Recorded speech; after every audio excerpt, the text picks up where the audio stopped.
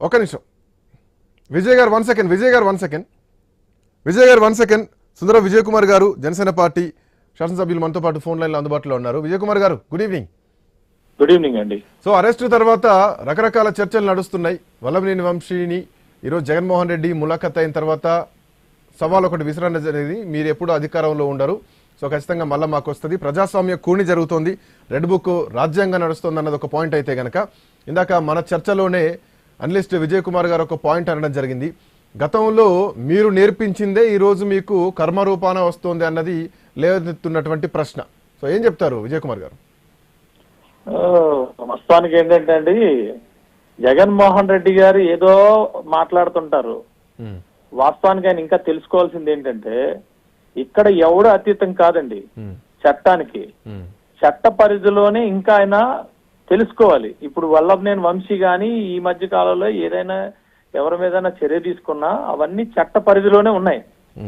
ఆయన it is better వెళ్ళి కోర్టుకెళ్ళి కోర్టులో ఇలా తప్పుడుగా చేశారని చెప్పి పోరాటం చేసి కోర్టు నుంచి ఆయన ఆర్డర్ తెచ్చుకొని పోలీసుల మీద లేకపోతే ఎవరైతే ఉన్నారో ప్రభుత్వం మీద ఆయన ఆర్డర్ తెచ్చుకొని దాని మీద చేసుకోవడానికి అన్ని హక్కులు ఉన్నాయి రాజ్యాంగంలో. అంతేగాని ఇంటికి కూడా మేము రేపు మేము లోపల వేసేస్తాం, యాక్చువల్ గా వల్లభనేని వంశీ ఆయన చేసే పని చేశారు. అన్ని 5 సంవత్సరాలు చేసిన అరాచకాలకి వచ్చిన మొదటి నెలలోనే అందరిని అరెస్ట్ చేసి వినబడుతుందండి, వినిపిస్తుంది. కాకపోతే అందరినీ అరెస్ట్ చేయొచ్చు, అలా చేయలేదు.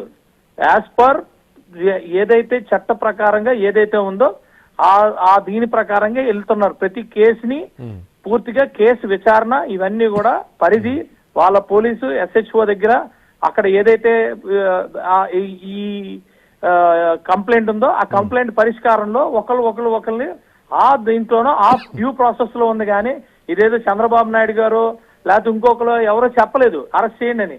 బట్ ఆ రోజు తెలుగుదేశం పార్టీ నాయకులు రెచ్చగొడితేనే ఆ రోజు జరిగింది దాడి వాళ్ళ కార్యాలయం మీద. ముఖ్యమంత్రి మాటలు అంటేనే వాళ్ళు ఆ రోజు రెచ్చిపోయి ఆగ్రహానికి వెళ్ళడం జరిగింది. అందరికీ తెలిసిన విషయమే. నాది ఉంది, నన్ను కూడా అరెస్ట్ చేశారు. ఆ రోజు ఎంత అన్యాయంగా అరెస్ట్ చేశారంటే నేను అక్కడ ప్లేస్ లోనే లేను. 93 మంది మీద కేసు పెట్టారు. ఆ రోజు ఎక్కడ కూడా ప్లేస్ లోనే లేనోలే, ఇంట్లో కూర్చొని ఆడోళ్ళు కూడా తీసుకొచ్చి అరెస్ట్ చేశారు. ఇవన్నీ ఎలాగవుతాయి? ఆ రోజు ఎవడు ఏం చేయలేదు. వీళ్ళే ఎవడన్నా, నేను అడుగుతున్నానండి, ఎవరు ఈ దేశంలో ఎక్కడన్నా ఎవరి మీద అన్నా వెళ్ళి ఒక ఇంటి మీద దాడి చేయడం, ఒక మనిషి మీద దాడి చేయడం, ఆఖరికి ఒక మొక్క మీద దాడి చేస్తే ఒప్పుకుంటుందా చట్టం? రాజ్యాంగం ఇచ్చిందా? ఎవడు వెళ్ళమన్నాడు? వెళ్ళారు కదా. అంటే రౌడీ చేయాలా? నేనంటుంది అది ఏ పార్టీ అయినా సరే లా అండ్ ఆర్డర్ ని చేతుల్లో తీసుకొని వెళ్ళింది. వెళ్ళినప్పుడు డెఫినెట్ గా చట్టం ఉంటుందండి. ఆ రోజు జగన్మోహన్ రెడ్డి, ఈ రోజు జగన్మోహన్ రెడ్డి ఉన్నా కూడా అదే పరిస్థితి. మేము కోర్టుకి వెళ్ళి కోర్టు నుంచి మేము ఆర్డర్ తెచ్చుకున్నా మేము ఇదే చేయించేవాళ్ళం. ఎందుకంటే వాళ్ళు అన్యాయం చేశారు, వాళ్ళు రౌడీజం చేశారు. వాళ్ళకి కోర్టు అంటే, జగన్మోహన్ రెడ్డి గారికి కోర్టు అంటే నమ్మకం లేదు కానీ, కోర్టు అంటే గౌరవం లేదు కానీ, మాకు కోర్టు అన్నా చట్టాలన్నా గౌరవం ఉంది కాబట్టే కదా ఈ రోజు ఒక్కొక్కరు 50,000 లక్ష ఎమ్మెల్యేలకి మెజారిటీలు వేసి ఇచ్చారు. ప్రజలు ఇప్పటికైనా తెలుసుకోవాలి కదా జగన్మోహన్ రెడ్డి.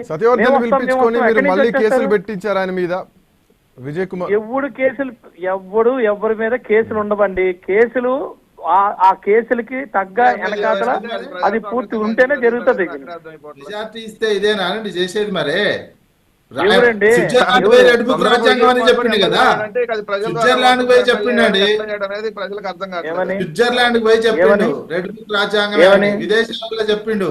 ఇంకా అంతకంటే రెడ్ బుక్ రాజ్యాంగమే ఇంప్లిమెంటేషన్ చేస్తామని దావోస్ పర్యటనలో మంత్రి లోకేష్ స్విట్జర్లాండ్ లో రెడ్ బుక్ రాజ్యాంగం అన్న పదాన్ని మెన్షన్ చేశారు. సో అదే నడుస్తుంది రాష్ట్రంలో అన్నది నర్ర విజయ్ కుమార్ గారు చర్చలో మాట్లాడుతున్నారు. ఏమండి వాళ్ళందరూ ఏదో మాట్లాడతారు, మీరు కాదు, మీరు పిలిచారు కాబట్టి వినండి.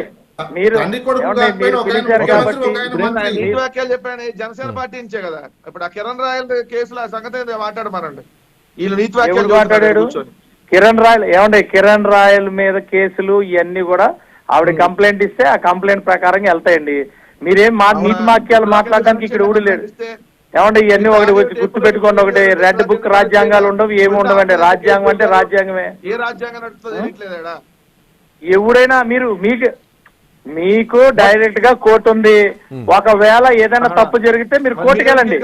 మేమైనా కోర్టుకి వెళ్ళాం, మీరైనా కోర్టుకి వెళ్ళండి. అంతేగాని రేపు మాకు అధికారం వచ్చిన తర్వాత తాడు తీసేస్తామన్నా ఇట్ సెల్ఫ్ రాజ్యాంగం వ్యతిరేకం. అది విజయ్ కుమార్ గారు నేర్చుకొని టీవీ డిబేట్లకు రండి.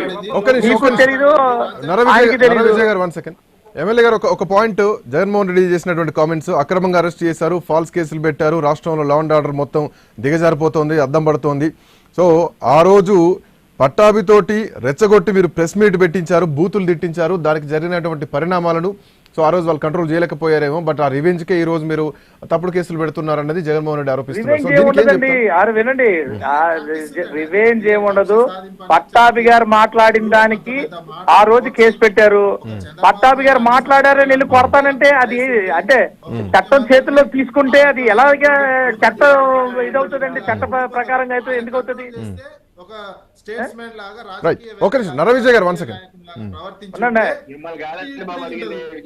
నరవిజయ్ గారు ఒక్క నిమిషం. సుందరం విజయ్ కుమార్ గారు మాట్లాడుతున్నారు. విజయ్ కుమార్ గారు, ఇప్పుడు చట్టం మీరు చాలా క్లారిటీగా ఆ రోజు పట్టాభి గారు మాట్లాడిన దానికి ఒకవేళ వాళ్ళ దగ్గర ఆల్రెడీ ప్రభుత్వం ఉంది, చట్టాలు ఉన్నాయి, కేసులు పెట్టారు, అన్ని అయిపోయినాయి. ఆయన ఏదో మాట్లాడాడంటే దాన్ని పట్టుకొని వీళ్ళు వెళ్ళి కొడతాను, చేతుల్లోని తీసుకుంటానంటే నేను అడుగుతున్నా, నాలుగు ప్రభుత్వమే కదా ఉంది. చట్టరీత్యా చట్టం ఉంది కదా. చట్టం రీత్యా ఆయన తప్పు చేసినప్పుడు చట్టరీత్యా ఆయన చర్య తీసుకున్నప్పుడు వీళ్ళు ఎందుకు వెళ్ళి కొడతారు? వీళ్ళు కొట్టిన తర్వాత ఏమన్నా జగన్మోహన్ రెడ్డి గారు ఆ రోజు ఏమన్నా మాట్లాడారా, ఖండించారా? ఏం అవ్వలేదు కదా. నేను అది అడుగుతున్నాను. ఈ రోజు వచ్చి మాట్లాడి వాళ్ళు కొట్టినా కూడా మేము కాముగా ఉండాలా? అలాగంటే ఎలా అవుతుంది? ఏదో మాట్లాడతారు వీళ్ళందరూ, ఏదో జగన్మోహన్ రెడ్డికి సపోర్ట్ చేయాలి కాబట్టి వచ్చి టీవీలో ఏదో మరి మాట్లాడతారు. కానీ శ్రీకాంత్ గారు